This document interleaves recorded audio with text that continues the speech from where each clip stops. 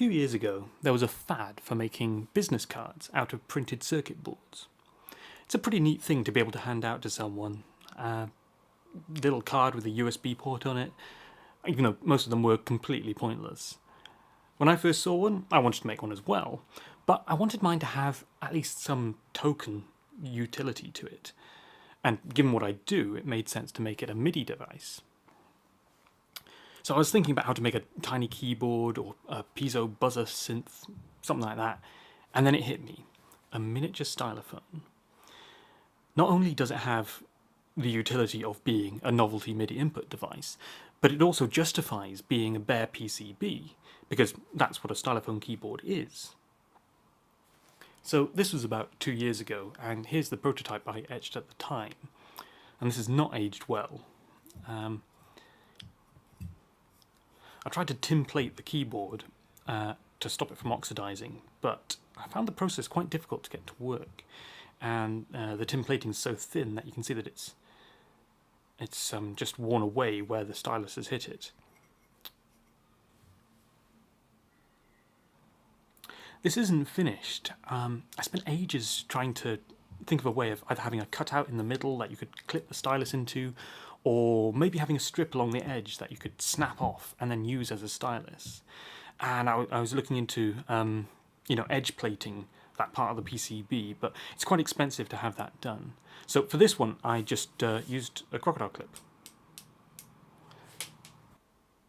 So fast forward to a couple of weeks ago when I found this on the shelf, and I thought, this was awesome. Why didn't I order a whole load of these? So fast forward to this weekend, and well, hey! Black solder resist is of course the coolest solder resist. And I paid extra for the immersion gold finish, so the keyboard should remain shiny and functional for at least a little bit longer than the homebrew one.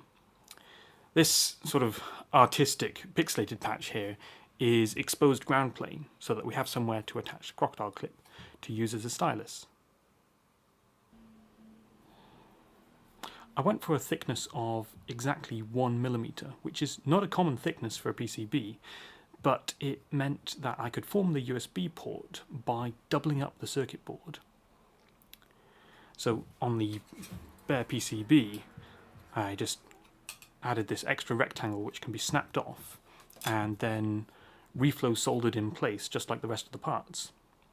And that brings it up to the 2 point whatever millimeters it needs to be to form the USB port while keeping the rest of the card thin enough to still be called a card. The circuit could have been ordered as one layer, because I'd laid it out for etching at home, but that part meant that I had to order it as a 2-layer board anyway. So all I did with the bottom copper was etch my logo into it, so it appears as this embossed pattern when you shine it into the light.